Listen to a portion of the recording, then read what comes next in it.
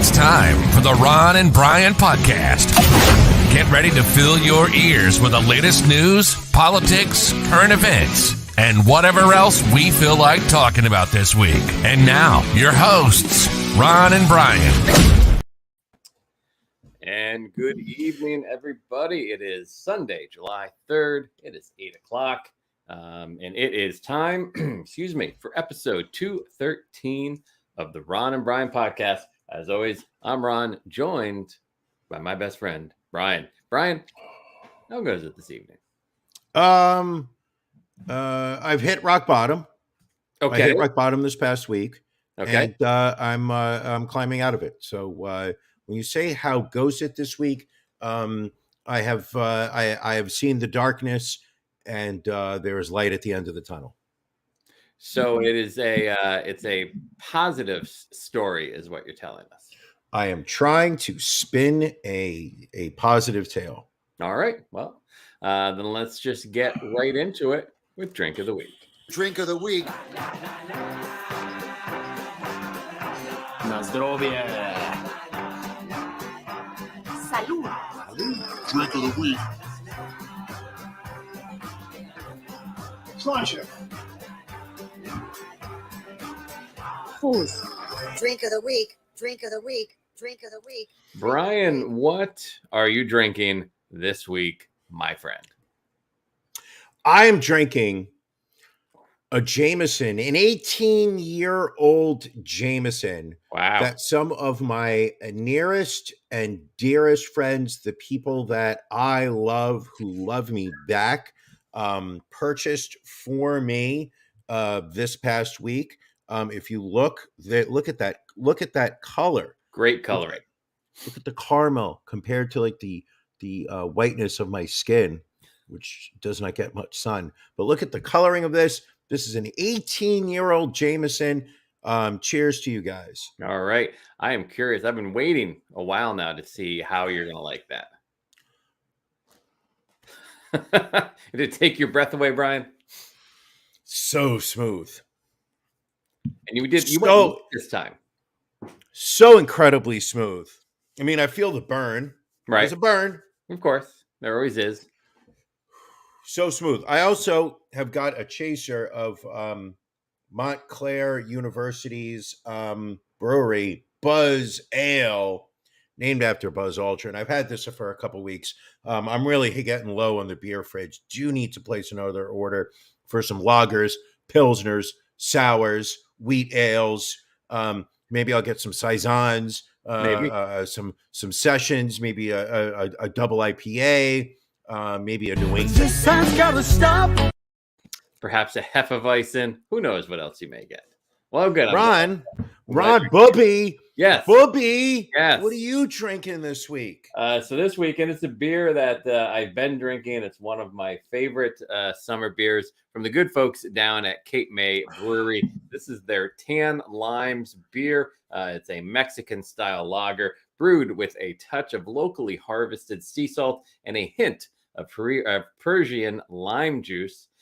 Fresh and zesty. Tan limes would be perfectly at home at your local cantina, and is best paired with street tacos, brilliant sunshine, and close friends. Which that makes sense. We are close friends. We are, but I do find it a little odd that they're talking that street tacos. Like one of the things that is almost guaranteed to give me diarrhea is they're going to go with that. That's the number one. That's what they're going with. Paired choicing for this beer. But clocking in at a light 4.5%. Again, we've been talking about crushable beers. This is very crushable. Cape May Tan Limes. Now, without you, while you're taking your sip, I will say that I crushed several of those beers last night. I visited the Baileys, the Casa de Baileys. Yes. And I crushed several of those beers over the course of the evening. And it's a nice beer because you can have a number of them throughout the evening, and you don't get too much of a buzz off them. This is the big difference. The way I see these two different, the choice of beers. You had a cooler filled with those. Yes. Easy, crushable. You could sip, you can gulp. They go down easily. It's the kind of beer you can have several over the course of an evening. You mix in a couple glasses of water and you wake up no headache whatsoever, no hangover. You're not feeling worse for wear. You're ready to tackle the day. You're ready to get up. You're ready to stick to whatever plans you had for the day. You are already showered by 9 o'clock in the morning. Exactly. However, another cooler on your backyard had Dogfish had IPAs. Yes. I had one of those, and it's amazing the contrast between the beer you're drinking and the Dogfish. It was almost syrupy. It was thick. It was the kind of beer that would make a man, after he's had several of those, it would almost make a man tell a story about having sex with a woman in a wheelchair. Whereas the beers you're drinking right now, you can keep a level head. Right. Your dark secrets are staying inside. They're not being shared for all to hear. No, you drink like 6, 7 of those Dogfish IPAs, and you are literally giving a demonstration on how you can sneak a handicapped woman into a bathroom stall at the Four Seasons in Philadelphia, and have sex with her. But it's very important for the story, mind you, that she was that she had feeling from the knees up. Yes, because I felt that was important to the story, that it wasn't like a waist or a neck or chest, but from the knees down, she had no feeling. But where it counted for the sex act, everything was working. There you go. Interesting, but yes. All right. Well, we got our drinks ready to go. Will you be having more than one glass of the Jamison 18 tonight, or you're going to kind of drink responsibly this evening? We're going to see how the day goes. Tomorrow is July 4th. I have some very big plans. I'll be waking up early. I will be, as is tradition in my home. I've got right now about 200 Nathan's hot dogs that I wake up early every for July 4th. I cook those up starting around 8 o'clock, in batches of 12, keep them warm, then put them in the buns. And at 12 o'clock, when they start the Nathan's hot dog eating contest from Surf Avenue and Coney Island, as is tradition year in, year out here in my home, I try to go toe-to-toe with Joey Chestnut to see how many I can eat and how do I rank by comparison to the other competitive eaters. I think this is your year. I feel you're going to put up some big numbers this year. Because of the pandemic, we had to be social distance and whatnot. Last year I came in at 4. I've been putting in the work. I think easily this year I can hit some double digits. All right. I await to hear the number when you text it to me. Thank you. In the meantime, it's time for Beef of the Week.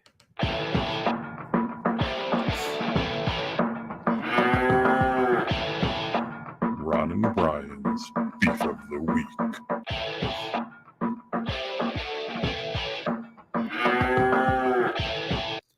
Brian, what's bothering you this week? My dad died. Yeah, I think that's a acceptable beef. That was it. Yeah, no. My dad died. That is the biggest complaint I have all week. Is that my dad died. So therefore, I'm going to roll it back to you, Ron, and tell me what's really bothering you. So my beef this week, Brian, I'm going to throw it out there. It's New York City traffic. So on Friday, obviously, you had your dad's funeral, and the missus and I came up there. Thank you for showing up, by the way. It meant a lot. Sure. Of course. And we drove, which we rarely will drive into New York City, drove into Queens. No issues getting there. And on the way back, you anticipate that New York City is going to be a shit show to get through. But it was even more of a shit show. Literally an hour just to get through New York City. I believe that. Into New Jersey. But what was most aggravating to me, I'm following my little Google Maps and it's telling me where to go. So I'd be like, all right, go and hang a right onto 34th Street. All right, no problem. Get to 34th Street. There is a New York City police officer not allowing any turns onto 34th. Like if you're on 34th, you can keep going on 34th. Right. So I cross over. It says, all right, hang a left on 36. All right. Recalculating. Get to 36. Same thing. No turns allowed. I could apparently turn on to 38th and then go back down another cross street. But it was, it was a little insane. It was a little ridiculous. It was even crazier than I remember. So again, you brace yourself for a certain level of traffic, but then it's even more insane than you can imagine. And apparently William Esquire, who also was there, first person there, I would like to point out, he was there before I was. He got there quite early because he knew traffic was going to be bad, as opposed to you and your wife, who showed up for a 10 o'clock service, who walked in around 10:40. Well, to be fair, there was never talk of a 10 a.m. service. You just gave a block of time from 10 to noon. I said the service would be 10 to 12. But who has a 2-hour service? Did you meet Hal Perlis? Did you know Hal Perlis? Did you not spend time in his presence? Do you not see how easily 2 hours could be filled? I mean, there were plenty of stories. So I could definitely see how we probably could have stretched it out to the full 2 hours if needed. So to me, in all honesty, and first off, I didn't think starting at 10 o'clock made a lot of sense. Because people had just gotten there. It didn't really, I thought it'd be nice to give some people the opportunity to kind of talk amongst themselves, because there were people who don't normally see each other and whatnot. So I thought it was nice.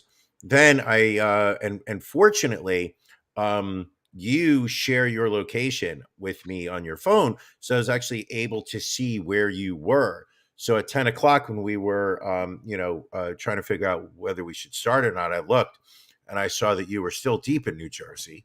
And I was just like, I think we're going to, just take our time and whatnot. So I was able to see your progress. So the joy was look in your wife's face when I explained to the both of you that we waited to start for you guys to show up. Well, she's never 100% certain when you're telling the truth or not. Oh, I was 100%. I was 100% telling the truth. So, but that was my beef. Not the scheduling of it, but just the traffic. Feels like you wish that it was a little bit later on in the day. No, I mean, if it was later in the day, the drive back would have been even worse. Oh, it would have been terrible. Absolutely terrible. But I do appreciate all the sentiments that everybody has shared over the past week. It was really strange. A week ago, you and I were doing a show in the morning at 11 o'clock. And we had a whole episode lined up. And then I received the call literally during the show. So if you want to go back and watch me find out that my father died, go back to episode 212 at like the 47 mark, and you will see me crushed. Anywho, moving on. Ron, so much going on in the world. There is so much. Is this the time, though, that we should mention that your dad's last words were that each and every one of our listeners should encourage 5 people to listen for the first time this coming week? I was really hesitating on in how to message this because it's, I feel like there's a lot of people who would feel that, I would be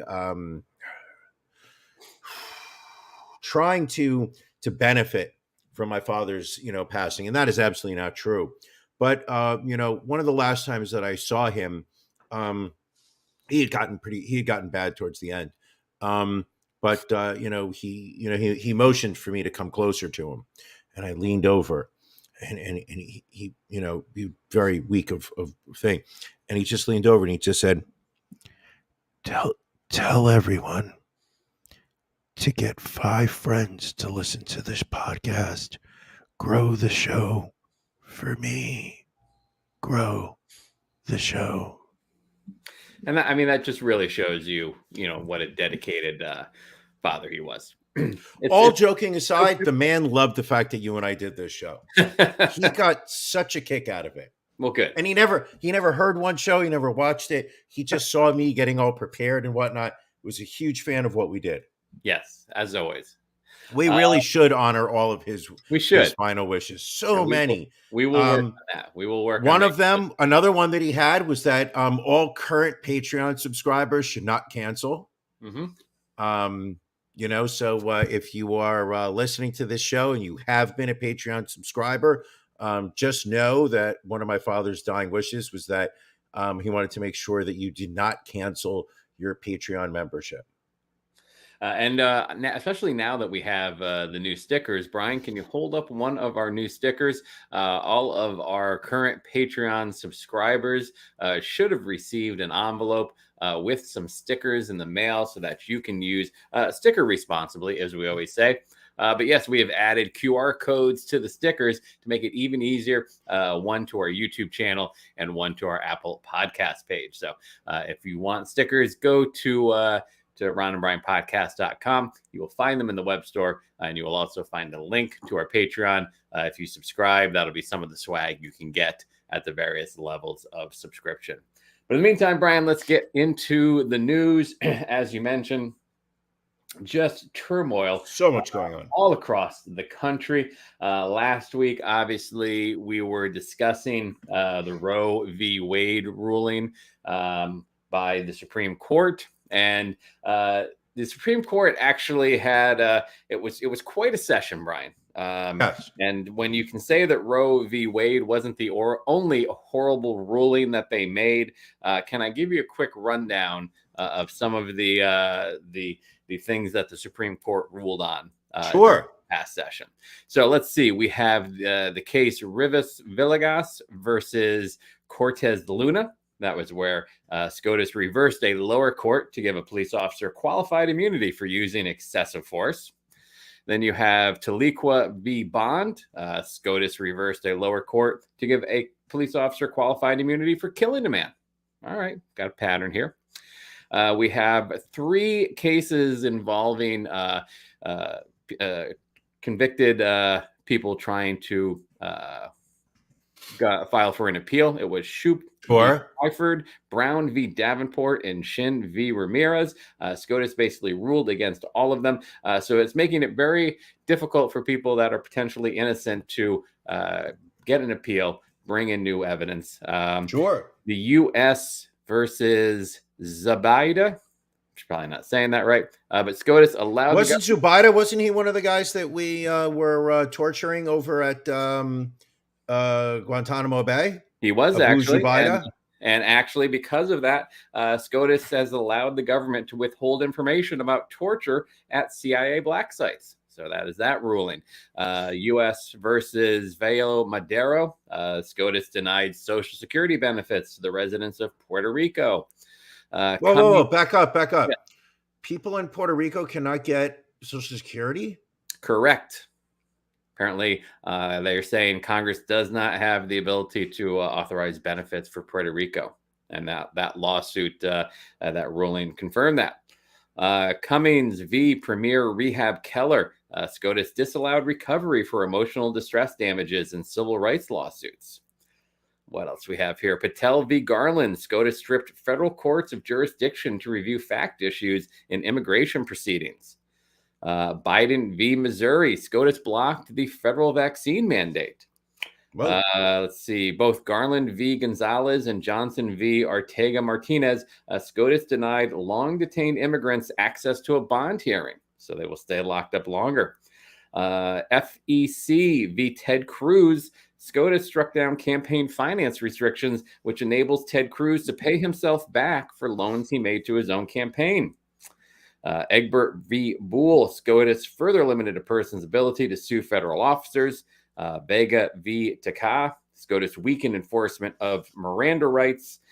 Carson v. Macon. SCOTUS undermined the Establishment Clause, forcing states to fund private religious schools. Kennedy versus Bremerton School District. SCOTUS undermined the Establishment Clause again, allowing football coach to have public or publicized Christian prayers at football games. Can I just point out yes. that ruling and that one right there convinced me that it's time that we expand the court. Yes, without a doubt. Right then and there. The fact that we sat there and have a Supreme Court who is going to say that it is acceptable to bring Christianity into a public school that is paid for by taxpayer funds, that the students of a publicly funded school should be forced to participate in a Christian prayer session. At that point, I sat there and said that this court has gone from representing the Constitution to representing their own personal agendas. There you go. Dinesby v. United States. SCOTUS recognized tribal sovereignty just enough to allow an Indian defendant to be prosecuted twice for the same crime. And then in Oklahoma v. Castro Huerta, SCOTUS undermined tribal sovereignty by making tribal land, quote, part of state and allowing the state to exercise jurisdiction on tribal land. New York State Rifle and Pistol Association v. Bruin. That is the one where SCOTUS struck down New York's 100-year-old restriction on concealed carry. U.S. versus Texas. SCOTUS allowed Texas's bounty hunter anti-abortion law to go into effect. And of course, West Virginia v. EPA, where SCOTUS undermined the EPA's ability to regulate emissions and fight global warming. How? Can I just add, and you can hear me, I'm outraged by this, but what is the justification in saying that the federal government does not have the power to, or should have limited power in stopping pollution in America? Are they saying it's a state's right? I think that it's the argument is that it is governmental overreach to an extent to control business in that manner.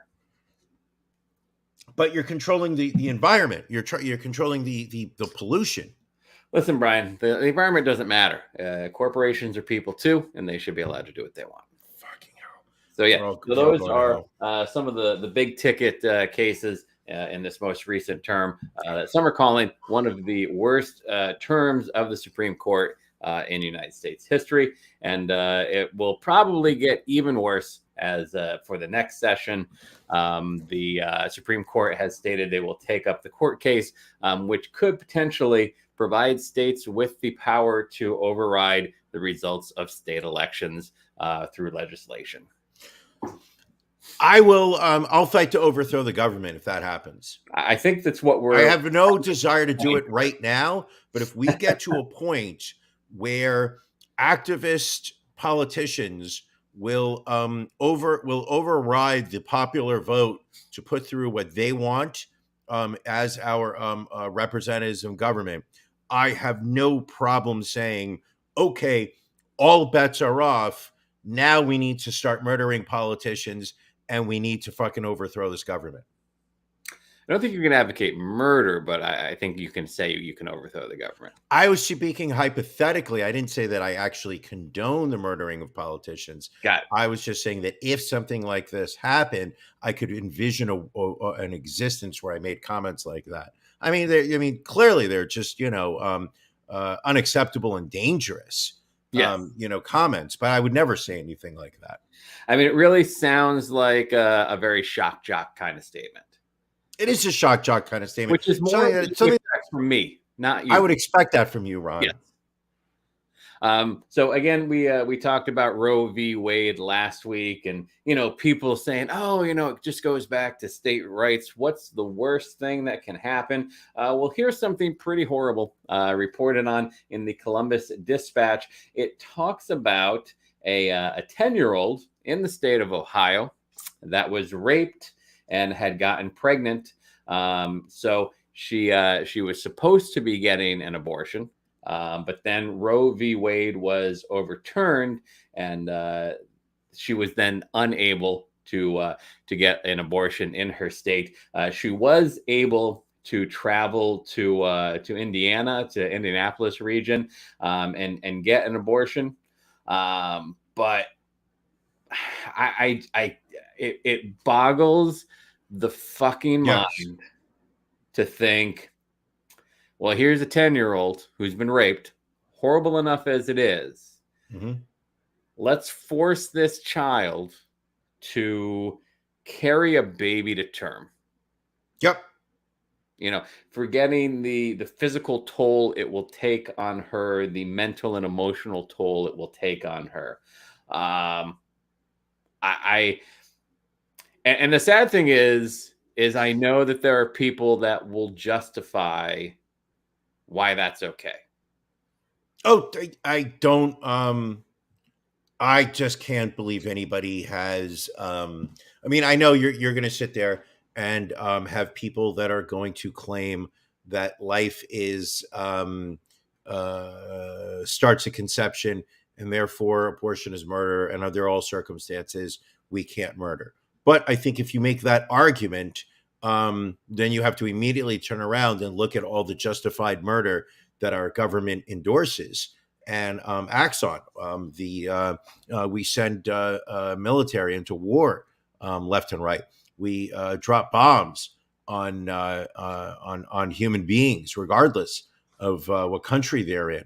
We execute those who have committed crimes in this country. Albeit it's a state issue, and the federal government has only executed, I think, one person recently.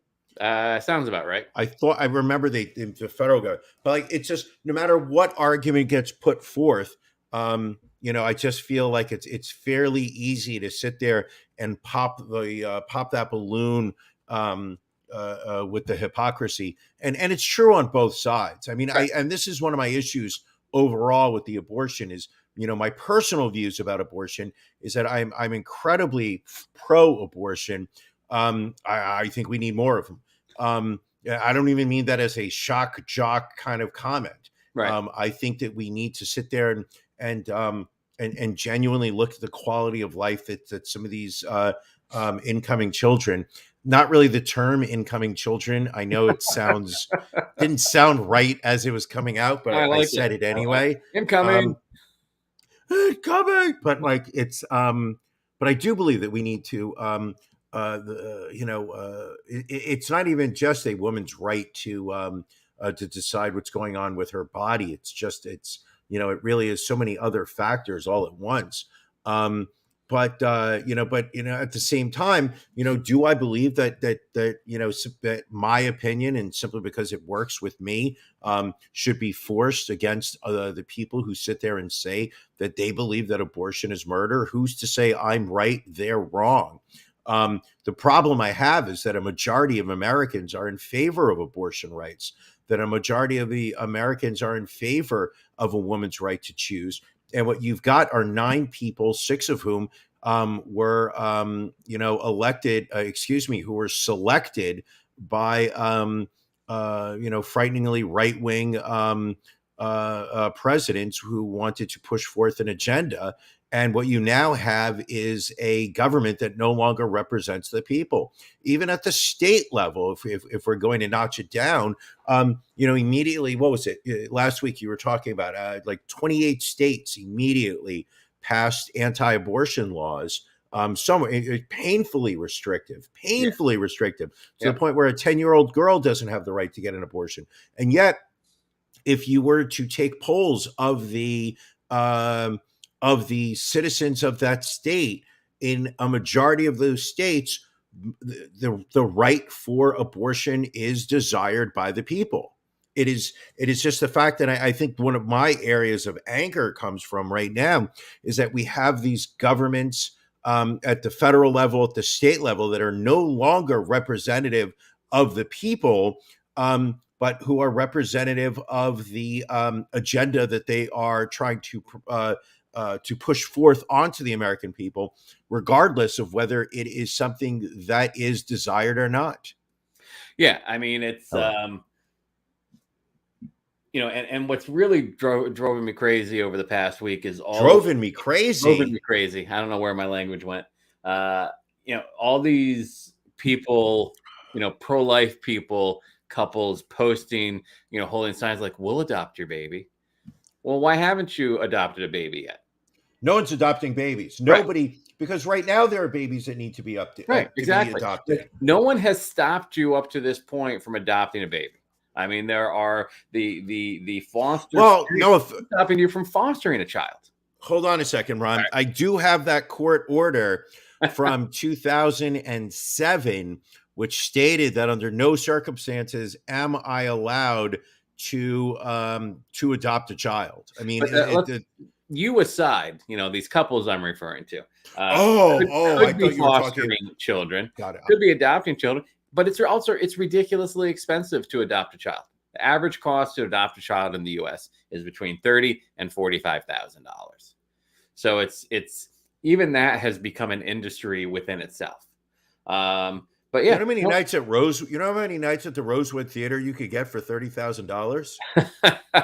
I mean, that is easily 3,400 nights at a strip club, without a doubt. 3,400? If I'm doing the math correctly. You're not doing the math right. Very possibly I might not be at this point. I think it's about 34 nights at a strip club. No, Maybe. you said 34,000, right? I said 3,400. 3,400. I dropped 900 that day. But I'm saying, so it's 900 times 3,400 times is what I'm saying. But I think the numbers, that'd be $3 million. So let's skip the math. Ron's math is so fucking My math bad. is He is a product of the Schenectady Board of Ed. So now, obviously, Never forget. President Biden has said he hopes Congress will put aside the filibuster temporarily to codify Roe v. Wade into law. Again, we will see. You talk about being aggravated on both sides of the aisle. The Democrats use this as a bellwether for fundraising. Let me send out my fundraising texts and emails and robocalls. I mean, the sad thing is the best alternative we have at this point is to vote for Democrats in the midterm elections later this year. No, that's bullshit. No, that's nothing. The Democrats have literally had 50 years since Roe v. Wade. Oh, yeah. There were times where they controlled the White House, the Senate. They literally are, and I say this as a registered Democrat. The Democrats are literally the most ineffectual political party in America. Right. The Libertarian Party gets more accomplished than the Democrats do. The Democrats literally, and we said this, I think it was last week, or somebody else said it. The Republicans are playing this game to win. The Democrats are sitting there patting themselves on the back that they have the moral high ground, and therefore eventually they win. And what happens is, because they're not playing the same game, the Democrats lose and lose and lose. You've got a rather, how do I say, uninspiring president right now, granted, but you do have the House of Representatives, and you've got at least 49 out of the 100 senators that you can depend on to vote. This Manchin guy in West Virginia is just, is a little bit of an issue. But you're literally talking, they cannot even put anything forward. There's zero agenda coming out of the Democrats. Pelosi, I hear more about Pelosi's stock trades than what she has accomplished as Speaker of the House over the past 6 years. Trump went into power in 2016 and accomplished so much of the Republican agenda. I'm not saying that, he finished building the wall. Nobody wanted the actual wall to be built.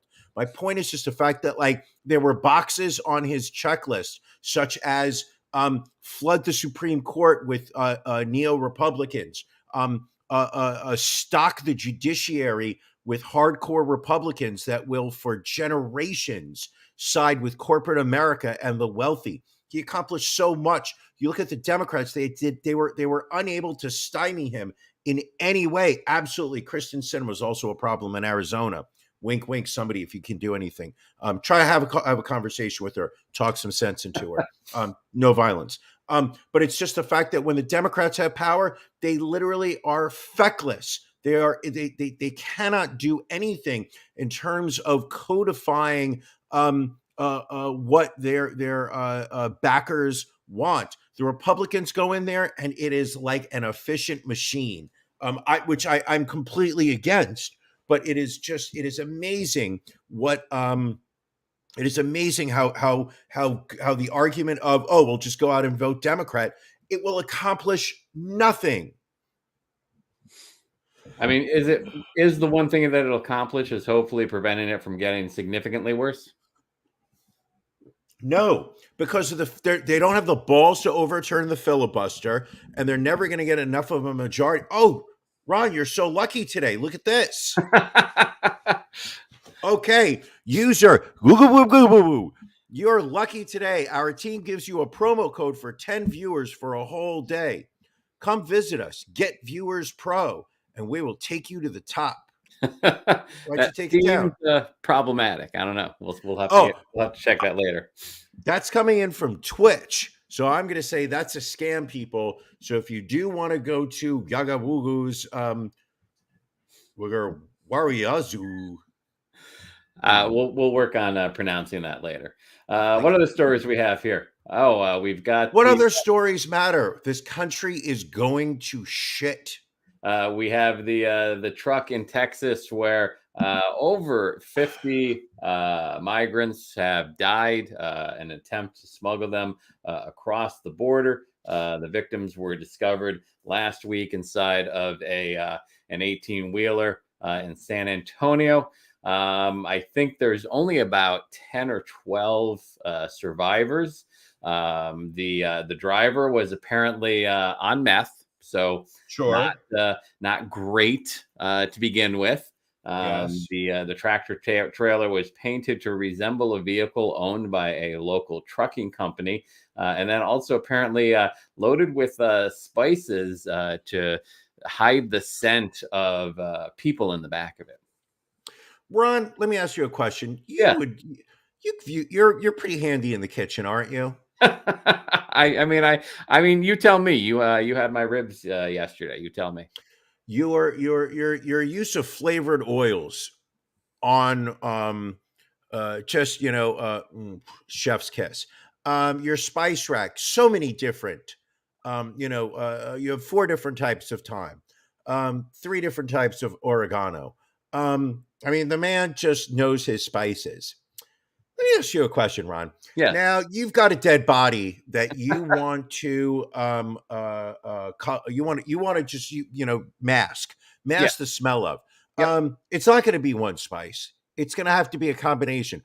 What spices? What is your go-to spice choice when you need to mask the smell of 50 migrants from South America that are currently cooking inside of an abandoned tractor trailer right outside San Antonio, Texas? I'm probably gonna go fresh rosemary. Okay. Sage, I think. And then now, are you going to burn the sage to get the evil spirits out? Obvious. I think a little fresh sage also has a masking scent to it. And then a little ginger tickles the nose. Ginger. Interesting. Now, fan Allie M, she is heartbroken for the deceased, not for your time options. So she obviously respects. She knows how to respect a man who's got multiple types of time. And oils, don't forget. I mean, you mock my my selection of oils, yet you ate my grilled avocado, which was brushed with avocado oil and a little ponzu. Whoa! You grilled the avocados in avocado oil. I did, yes. Now, is that because of the high smoking point? Well, you want a low smoke point, actually, because then they smoke quickly. A high smoke point means that they're going to smoke quickly. You don't want that. Not on the grill. Oh, I thought a high point was that it will smoke at a higher temperature before it starts smoking. I think it depends in the way that you use the sentence. You have me confused. I've got Ron confused. What you else? know who was also confused was the truck driver who was on meth as he realized that all those people behind him were dying. Also coming out this week, sentences for horrible individuals. Ghislaine Maxwell sentenced to 20 years in prison for assisting Jeffrey Epstein in grooming and sexually abusing young girls for years. She had been found guilty on sex trafficking charges back in late December of last year. So on Tuesday, she was sentenced to 20 years in prison, also fined $750,000. Brian, how long do you think before she commits suicide in prison? I'm going to say that she will not commit suicide. Okay. And I believe that she will serve out her sentence, getting off for good behavior, just so that she can get out in, I'm going to say, about 10 to 12 years, just so that she can once again go out there and prey on young girls for a different predator. Now, the bigger question, Jeffrey Epstein arrested, obviously ton of materials collected from his island, his homes, everything else, computers, Sure. records, everything else. Ghislaine Maxwell, same thing, arrested, convicted. Why have we not gotten any concrete information about the high profile individuals that were utilizing Jeffrey Epstein's services? Because those are people that are the powerful, they are the elite, and they have the prosecutors who are afraid of them. I mean, if you want an example, people off. If you want an example of how something like this happens, watch the first 10 minutes of that Jeffrey Epstein documentary on Netflix. That's as far as I got into it. I got 10 minutes into it and was just so disgusted, because it was they started off talking to the prosecutors that were originally trying to charge him with crimes, and how he was able to turn, even before charges were filed, how he was able to immediately sick his high-priced lawyers, attacking the girls, attacking the prosecutors, and it got to the point where it made sense to make the case go away, to just have him plea bargain to a much lower case. That's exactly what's going on, is the fact that you've got people in the government, high-priced lawyers, who are sitting there leaning on prosecutors saying, hey, I'm sure that my client's name's not coming up, and I'm sure that you realize that it would be terrible for your career if it ever did. It's just aggravating is I guess my point. Absolutely aggravating. It's beyond aggravating. All right, moving on. R. Kelly also sentenced this week. The Grammy winning singer, icon in the 90s, slapped with 30 years in prison for sexually abusing women and underage girls and boys over the course of decades. A lot of people were upset that Ghislaine Maxwell got less than R. Kelly. Yeah, that was the question I was going to ask you. Are you surprised that R. Kelly received more of a sentence? Now, again, he was convicted on more charges than Ghislaine Maxwell was, which added to the sentencing guidelines. But do you find it problematic that she received 10 years less than he did? Listen, this is all right. Well, we'll just throw it out there. All right. I paid way closer attention to the R. Kelly trial, and the charges and the stories about R. Kelly. Are you drinking out of a straw? I am. Yes. It's what's going? A little water bottle here. What's going on with the straw? Are we now straw?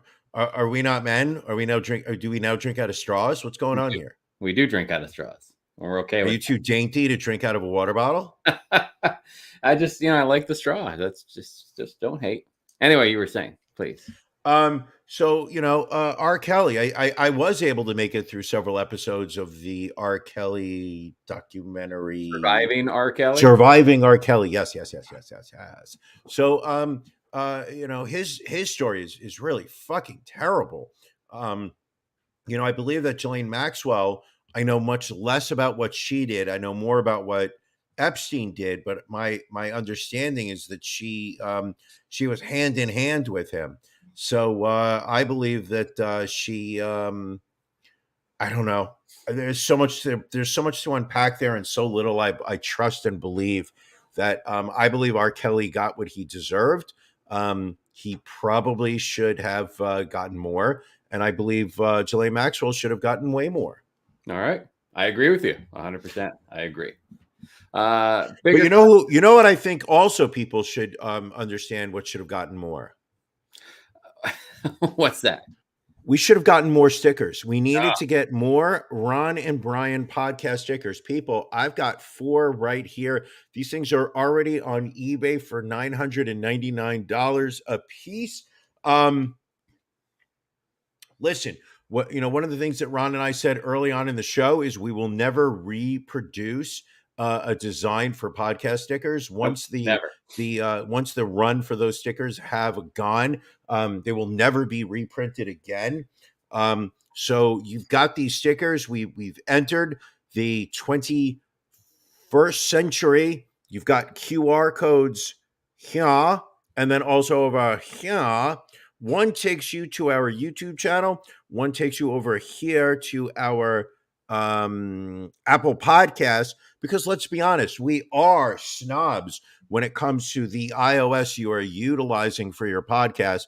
If you're doing Google Podcasts, if you're working with an Android, we still love you. Don't get me wrong, we still love you. But and you're not elite. Ever since the new stickers came out, the first edition sticker has shot up in value. I understand now trading for more than a Honus Wagner rookie card. So if you are lucky enough to still have a mint condition Ron and Brian first edition sticker, good on you. And get these stickers while you still can. But Brian, what are you watching? Okay. This week I didn't watch a lot of TV. I'll be the first to admit. But what I did watch was I finished The Offer, 10-part series on Paramount Plus. Thanks to the Broken Powerlifter for enabling me to have access to Paramount Plus. Nice. Kudos. It is a 10-part about the making of The Godfather, starring Miles Teller, who we all fell in love with in the new Top Gun movie. Starring, don't know. What's that guy? Giovanni Ribisi. Okay. As mobster Joe Colombo. And just a wild cast. It tells the story of the small time producer who gets assigned the rights to the story, and all the trials and tribulations that went into taking, a treatment, as they like to call in the movie business, all the way through to the Oscar-winning movie that was The Godfather. So we watched that. Very, very good. Great question by William Esquire. How many shares of Labor Smart can you get for one original Ron and Broadcast sticker? I don't think they have enough shares of Labor Smart. I just don't think they could print another 1 million shares. Still not enough. By the way, I'm still sitting on 100,000 shares of Labor Smart. Currently worthless. I also watched the Obi-Wan Kenobi on Disney Plus. You and I were talking about it earlier in person. I really enjoyed it. I mean, just to give you an idea of how much I enjoyed it, I downloaded it on my iPad and watched it on the subway ride to and from work. That's how much I enjoyed it. 6 episodes. Yeah, it was 6 episodes. Yes, limited to 6. I guessed it correctly. 6 episodes, just less than an hour. You get a lot of Obi-Wan Kenobi. You get a lot of Darth Vader. And for a cis white male who is approaching, 44 years old, like myself, I mean, peak, Star Wars was all about Darth Vader. I mean, nobody wanted to be Luke Skywalker. Nobody wanted to be Obi-Wan. Nobody cared that much about Han Solo. We all at the tender age of 5 and 6, we would go half chub whenever Darth Vader would get on the screen. He was the coolest at the time. We were a little too young for Fonzie on Happy Days, but Darth Vader was the ultimate in cool. So to see so much of Darth Vader in this TV series really tickled my cockles, and just brought back a lot of fond memories of just being a fan of Star Wars when Star Wars was good. Before they brought the prequels, they brought the Ren and Kylo and the Rays. Can we talk about my gripe with the? I guess not with. I mean, I did enjoy the series. I don't know that I enjoyed it as much as you did, but I thought it was good. But my issue with the finale of it. Sure, let's talk. Oh, So, no. It's yeah. not just the finale. I mean, it's way deeper than just the finale. So, well, it was the finale of the season for the show. And again, if you haven't watched it, just jump ahead a few minutes because we're going to spoil it a little bit. So obviously, final episode, you have the showdown between Obi-Wan and Darth Vader. A battle, not quite to the death, but not quite. There comes a point where very clearly Obi-Wan could have killed Darth Vader. And instead, he lets him live and just walks away. So, and I understand, Star Wars was filmed in 1978, so you can't change the story now. But the way this plays out, now you can really say, Obi-Wan is responsible for everything that Darth Vader did from that point forward because he had an opportunity to kill him and he didn't. Correct. Maybe it wouldn't have brought the Empire down, but, would he have built the Death Star? Would he have destroyed Alderaan? However many millions and billions of people died by his hand that Obi-Wan could have prevented. That was my challenge. And again, we talked about it before, there was somewhat of a lack of suspense. The third sister goes after Luke at the end of the episode. But nothing's going to happen to Luke. Nothing's going to happen to his aunt and uncle because they were all in the Star Wars movie. So it was a decent story, but I felt that I don't know. I had issues with the final episode. Well, I think if you're going to make the argument about that, that Obi-Wan had the power to kill Darth Vader and chose not to, I think you can also say that in episode 3, Darth Vader had the power to kill Obi-Wan, and in a weak plot twist, chose to walk away instead of further engaging a injured Obi-Wan, which to me made no sense at the time.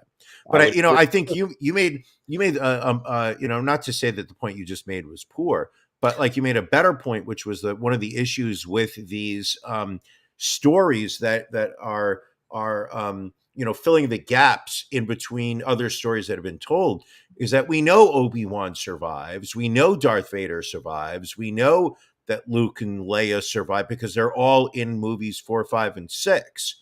So any attempt to heighten the stakes of an episode to sit there and be like, oh my gosh, is Luke going to die now?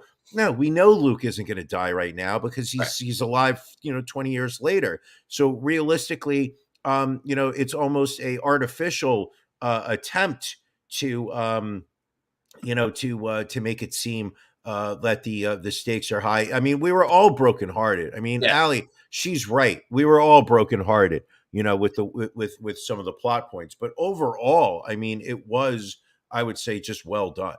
And then last but not least, I watched Jackass Forever also on Paramount Plus. So you're rocking the Paramount Plus lately. And I will say that I found it highly enjoyable. Some people did not. Some people felt that there was just too much penis, way too much penis being included in it. There was a lot of penis pain, penis torture going on. What I did find interesting was that it seems as if they have brought on some new stunt people who have become internet stars since the last movie came out. So it seems as if some of these tricks that these guys were doing seems like some of the more dangerous ones, or in my opinion, they pawned off on these younger guys to do, because the Jackass crew, like they're all in their 50s at this point. They take a bad tumble and you're talking broken bones. Right. But they did suddenly now have people in their, mid to late 20s that were doing some stunts. So I thought that was an interesting little spin. Ron? Yes. What are you watching? So I've been catching up on the latest season of The Boys on Amazon Prime. Really enjoy this show. I mean, it's very over the top, very violent. I will say this. Episode 1 of this season showed probably one of the most unique deaths you will ever see filmed in a TV show. And now, how does that compare? Yes. I'm just kidding you. What was unique about it, if I may ask? I don't even want to explain it to you. I would rather, you don't even need the context of the series, but I would just say go watch the first 10 minutes of episode 1 of The Boys of this season. All right. And it will blow your mind. Wow. Also caught up on Stranger Things, which I still need to watch the 2 episodes that dropped on Friday to finish up the season. So that has gotten progressively better as the season has gone on. And then also on Disney Plus, watched Doctor Strange and the Multiverse of Madness, one of the most recent Marvel films, which was okay. I mean, I don't know that it was as good as the original, and I don't know if it was good as some of the other Marvel films, but it was a decent film. I don't know that Just you liked decent. it, because I know you're more of a DC guy, but I liked it. Well, what was it that you liked? I thought, I think the story was interesting. It was interesting the way that they tied together WandaVision and the What If series. So it really tied up some of the storylines and kind of WandaVision. How does WandaVision fit in this? Because Wanda is in Doctor Strange and the Multiverse of Madness. God damn it. Just when I want to feel like I'm catching up on this stuff, I'm just so far out of it. You will never catch up, my friend. Never catch up.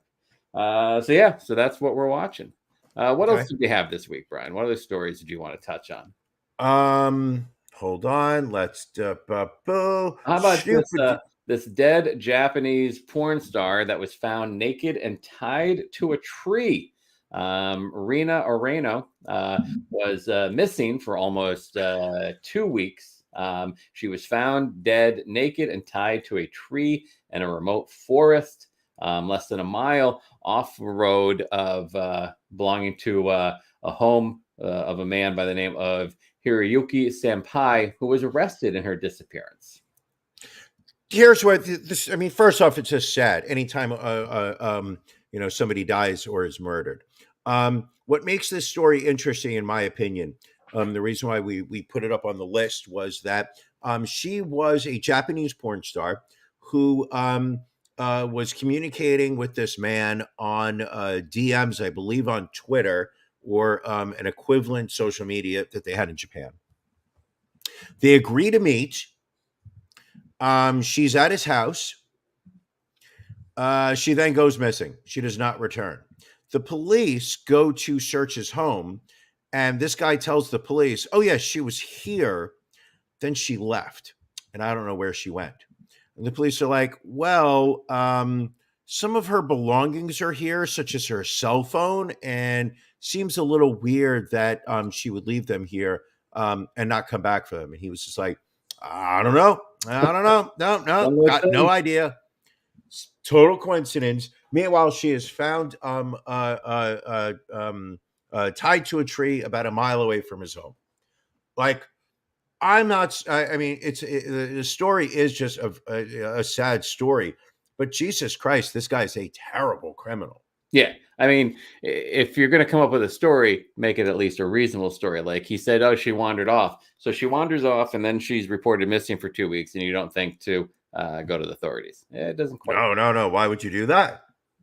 A passenger allegedly molested a child and a woman on a flight from San Francisco to Florida, and he blamed Ambien for the assault. Brian Patrick Durning was arrested at Orlando International Airport after allegedly penetrating the girl with his finger and trying to grab the breast of a female passenger who tried to intervene. This is like the worst part is he's 51 years old. He was seated in the aisle next to a girl older than 12 but younger than 16 who had been separated from her mother because of a reservation issue. Is it like an Indian reservation, or is it making a reservation for the hotel? Issue with the flight reservation. So the mother and daughter should have been sitting together. But for some reason, the mother was sitting elsewhere in the plane. This young woman was sitting next to this man who then sexually assaults her. I hope he does a lot of jail time. And the sad thing about it is the world that we live in is that it's very unlikely that he will. Yeah, but he said he had a couple of drinks and popped an Ambien before he boarded, and said that he fell asleep. And the next thing he remembered was waking up and being asked to switch seats. Not the first time we've spoken on this show. There we go. Ali M, major contributor to the podcast today. Everybody knows that Ambien, though it's Ambien, just got to do a little spell check before you hit, enter on your comment.